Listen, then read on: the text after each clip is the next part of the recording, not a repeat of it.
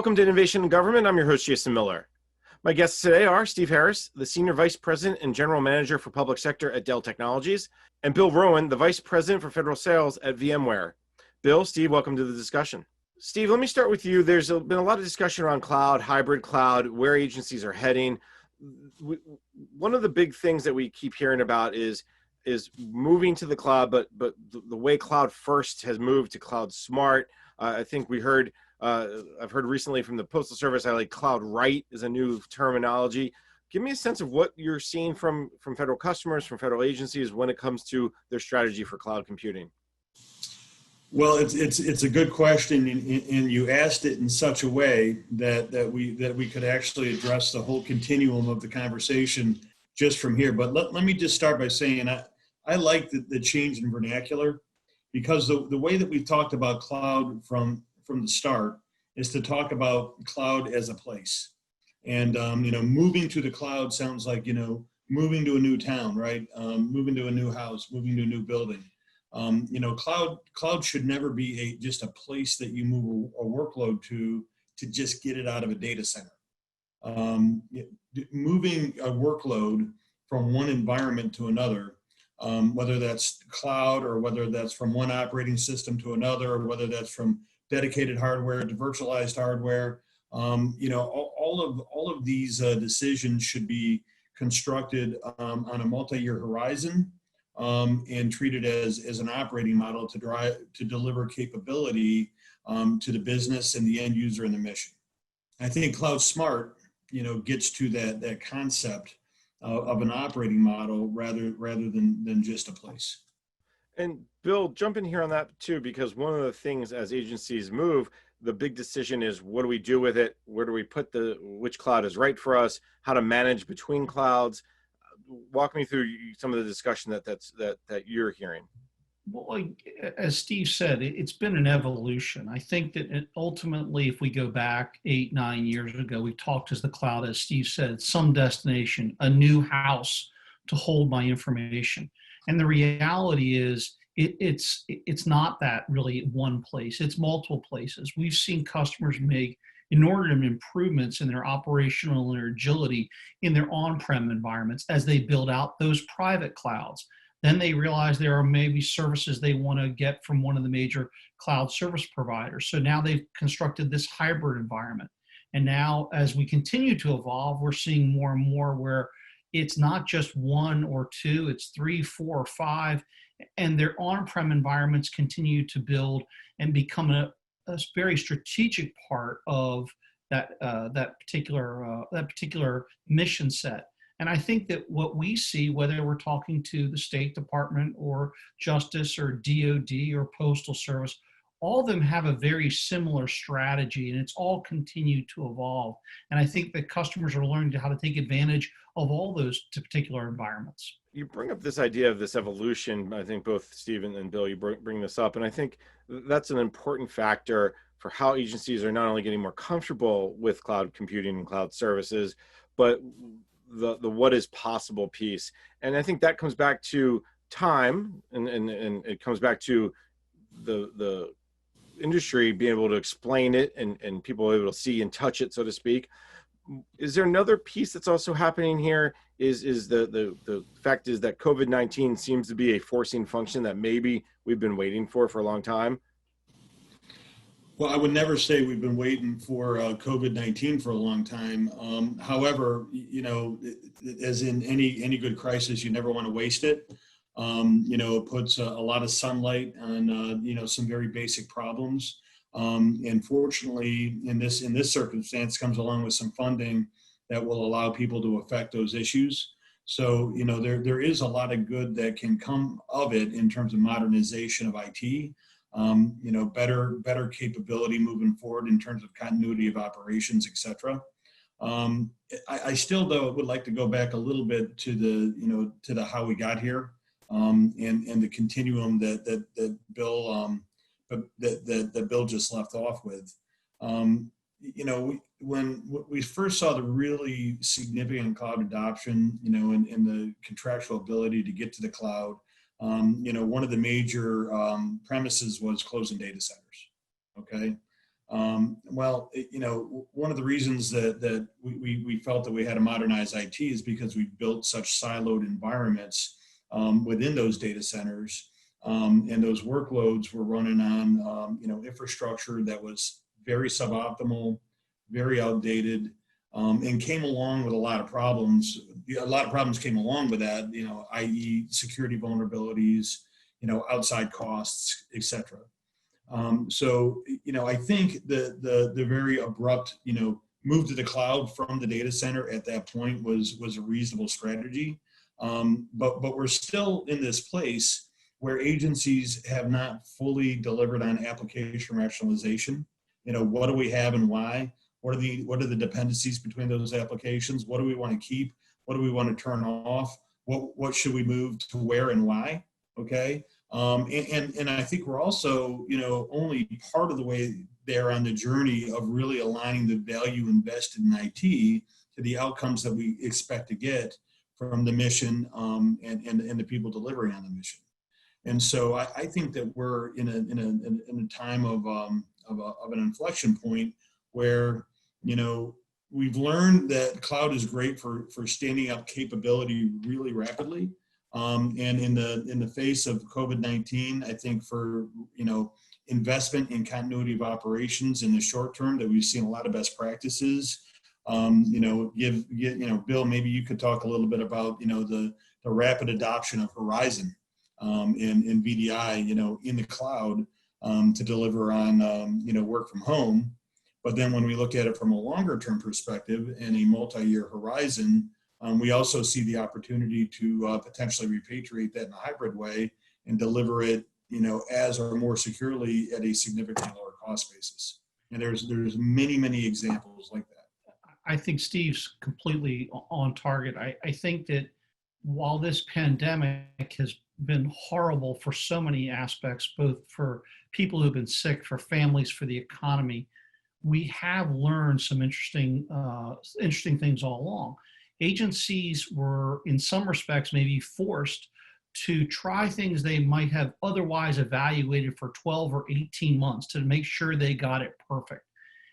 And maybe along the lines of some of the things we talked about cloud, as they make mistakes quickly and they recover and they move on.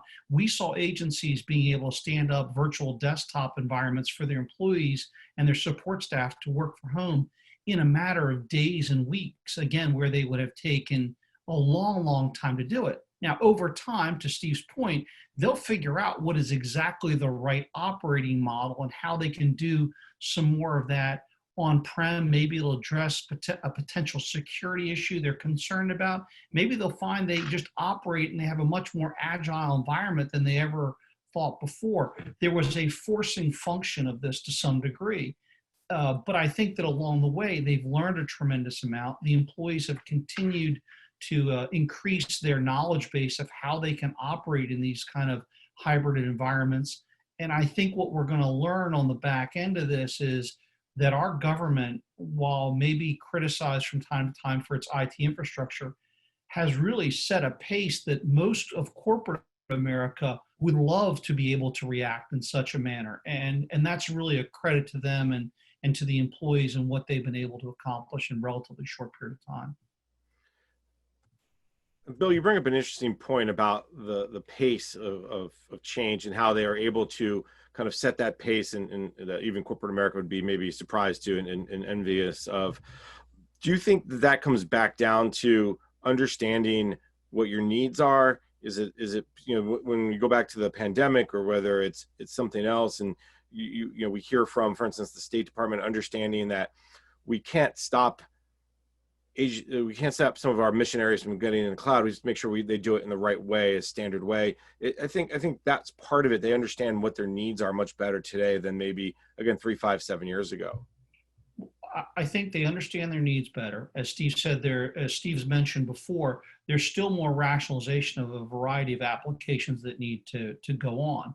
Having said that, I think that at the same time they've developed a greater set of understanding of their particular needs, a lot of the tools have picked up at the exact same period of time and have made the job that much simplistic, that much more, I don't know, it's simple, but it's made it easier to go through and rationalize what are the apps. How do these applications traverse my own particular environment? Where do I see challenges that I'm integrating with other applications that if I move one, I got to move both? Hey, maybe it makes more sense to refactor those applications on-prem and move to the next generation. So I think there's been, time has helped us on a variety of things. It's helped us from a skill set, but the tools have also gotten that much greater that are allowing that much more flexibility to implement these hybrid environments and these hybrid infrastructures. Yeah, I mean, Bill, I agree with that. Fundamentally though, what proportion of the software that is in use in the government today is being developed using an agile software development methodology, on a secure platform like Tanzu for Kubernetes. And I think it's still a low proportion of the total. There's maybe not any one thing that can allow for more rapid progress from here than to build software factories, based on a platform that allows for rapid capability development being delivered to the business and the mission, the end user, while building that in a cloud native way that allows for flexibility in movement amongst many platforms for a multi-cloud strategy. And until we fix that piece of it, right? I think it would be hard to contend that we wouldn't want as close to all software as possible, to be built on an agile platform that allows for cloud native operations. And I think to Steve's point, you look at the examples, and it gets talked about very often, the U.S. Air Force and Kessel Run, and where they went in that Air Operations Center platform, where they were rolling out new code once a year, once every other year. And now all of a sudden they're turning out new code literally every single day, if not a couple times during the course of the day. What that has meant to a savings perspective and a much more agile mission effectiveness, it's really hard to measure. I mean, there's a lot of big numbers out there, how much money they're saving in fuel costs for a year. And who would think that a series of software applications that were designed to make the people that much more efficient internally would lead to such huge savings in terms of physical savings of costs that they are paying for air fuel. It's really hard to get your head wrapped around how quickly and the impact that's making. But it's having that same impact across a variety of agencies, as Steve is well aware, things that Army Futures Command are looking at, things that Space Force is looking at, things that agencies like the National Geospatial Agency, all these pieces are driving this kind of, we can continue to do better, continue to develop more agile. If you look at where we're going and how we marry what they've been able to do with virtualization and combine that with containers, we're going to also be able to compress the education timeframe of learning how to use containers. And that too is going to drive greater agility and greater cost savings. Steve, both you and Bill brought up very interesting kind of where agencies need to go next, in my view. And one of those, obviously, as Steve said, is building those software factories for rapid capability deployment based on Kubernetes. Bill, you bring up very similar agile DevSecOps type of environments. Is that the next step? Agencies have to begin to rationalize their applications, decide which workloads belong in the cloud, which can stay on premises, which can kind of take advantage of the current state of application data management. And then it's also moving to this idea of software factories, Kubernetes. What's every agency is different, I get that, but where are we going next? So Jason, I'll take a crack at it first. I think that there's no question it's going to be a continued evolution. Decisions we make today about what applications might work best on-prem or in the cloud, we're going to be constantly looking at those, because as we continue to drive greater efficiencies in the on-prem environment, we may very well make the decision that I know we move this X application out to some cloud service provider, but actually we can run that application much more efficient now in our on-prem environment.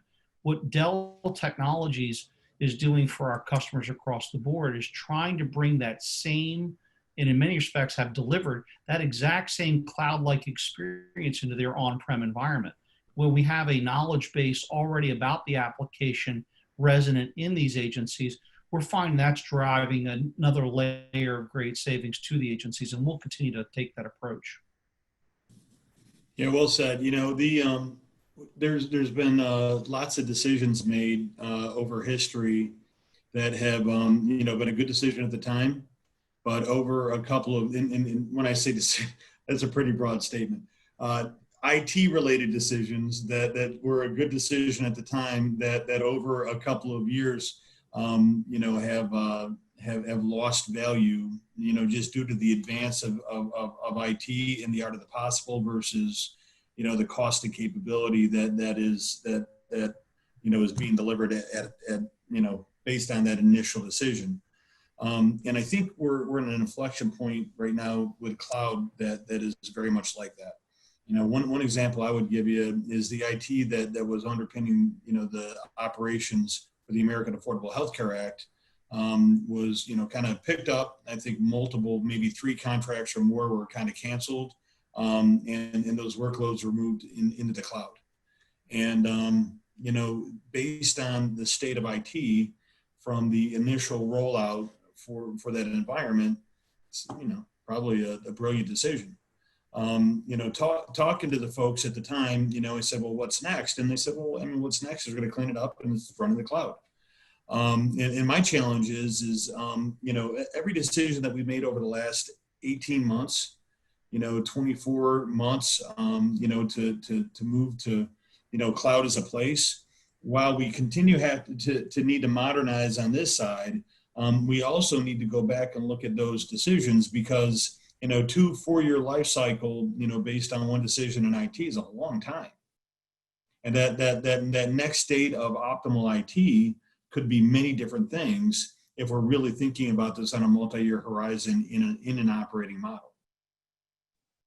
So it sounds to me like, Steve, your message to your customers, your message to your potential customers is have that short-term maybe strategy with a long-term view of knowing that what is today will change potentially in 6 months, in 12 months, and be prepared, agile enough to make that change when necessary. Absolutely. You couldn't have said it better yourself. Well, look, there's a lot of opportunity out there to look at the equation differently. You think of cloud, you think of on-prem. Well, you think of Azure, you have Azure Stack, right? It's a great hybrid model. What's better than one cloud with one hybrid solution? Cloud Control Platform. Dell Technologies Cloud Control Platform, our virtual cloud foundations, VCF, our software-defined infrastructure, represents the very best of the technology that the most efficient cloud providers are using to do what they do, right? So when you think about the ability to build a multi-cloud hybrid ability on premise, and be able to control those workloads and get to a very determined way to manage multi-cloud, clearly there's a better state available. There's also advanced co-location opportunity, right? Equinix is a close partner of ours. They're a close partner of the major cloud providers.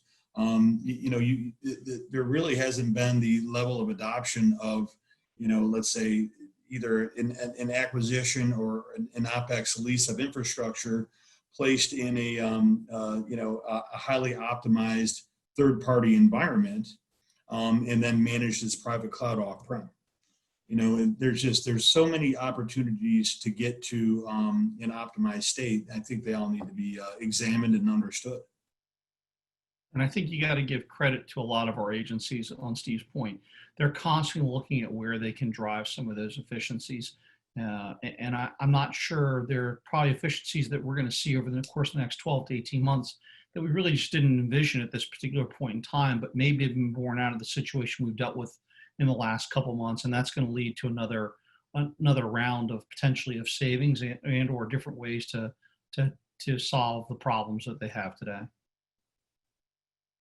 Bill, Steve, you both bring up a very interesting point that I think we'd like to go down that path on a little bit. Is when you talk about future capabilities and short-term, long-term vision, but understanding how things can change, we have to address security, because that's something that's going to change today, tomorrow, an hour from now.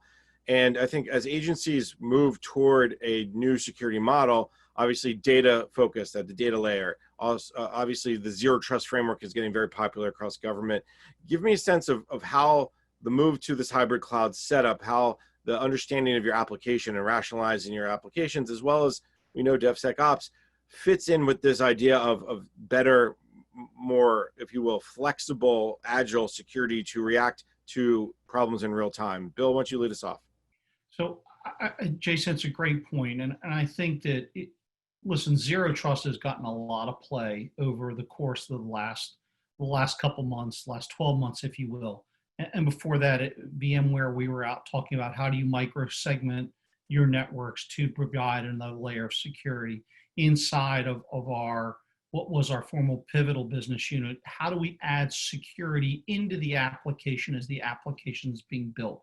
There is not one single answer to this. For years and years, we continued to build a moat that was much wider, much deeper. We built a higher fence line. That is not going to be the answer long term. We've got to build security into the applications, into the infrastructure from the very beginning. Bolting something on at the end is the quickest way for our hackers or people that don't want to see us succeed. That's the quickest way for them to get in. So we believe very heavily that the more and more we can build the security into the applications from the very beginning, that way, no matter where the application moves across their infrastructure, various aspects of their on-prem or out to some security cloud service provider, the security is going with the application from the very beginning, and making certain that just because I've moved it around my infrastructure, I haven't lessened the security of the application from the very beginning. That's really where a lot of this is going to go. And we feel actually government's very well positioned in this particular arena, maybe much more so even than some of our enterprise clients. Recognize that the vulnerabilities that exist in these our government data centers, can also exist with the cloud service providers. To send that workload, appropriately secured to the cloud is absolutely vital. However, we know that has not been the case probably for many workloads that were moved into the cloud, if not most, from some places. So it's also, I think, incredibly important to have a cyber recovery option from your workloads, both on-premise and in the cloud. We have an air-gapped cyber recovery product that is part of our data protection suite from our EMC line of business, and it is a great way to guarantee that if your primary storage, either in your CSP or on-premise, and your primary backup are compromised due to a cyber attack, that you can actually fully recover based on that air-gapped cyber recovery product and environment. So I think part of zero trust, if you want to stretch it, is zero trust of any provider as well. Bill, do you get a sense that as you guys are talking to agencies, they're asking, okay, how do we take this cloud solution, how do we take this cloud service and ensure not just what the security is behind it or on top of it, but how does it fit into the broader discussion around, for instance, zero trust or identity and access management? There's no question. It's talked about on a constant basis, whether we're talking about solutions that are impacting their ability to work from home, or we're talking about the application stacks that exist inside the data center. This is a high priority subject constantly, and it's one that, to be fair to the customers, they're always constantly relooking at. Is there a better way for us to do this? Is there a better way for us to apply new security models to our existing infrastructure? I think there's a concept out there that, well, the only way we can improve this is by going to some cloud. And the reality is a lot of these solution sets can be brought into the on-prem environment and take a completely different approach. And by simplifying that overall infrastructure approach and the security to it, we actually have a chance that we won't make as much respectfully self-inflicted wounds by not patching something when it should have been patched, making sure that we don't leave a vulnerability. The more we can simplify the model, I think the chances we have the model will continue to hold up are that much stronger. And Steve, you get the last word here. One thing that, as Bill talks about simplifying the model, agencies understand that when we talk about zero trust, when we talk about security, it's not just another tool. It's not just another plugin. It's not just, hey, give me the greatest widget from EMC. They have to understand that it's part of understanding your network, understanding your applications, understanding your data, all those pieces and parts.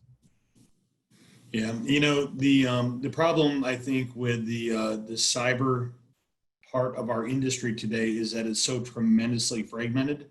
And so people will, acquire many tools, dozens of tools, trying to execute on, least permissions, zero trust, and all the other aspects that are feature sets of a great approach to cyber. I would point people to our VMware suite of cyber products, and say that you can deliver on a lot of automation and a better level of management of many tools, by implementing a strong core, such as what comes from VMware. And maybe Bill, you could just piggyback on that a little bit.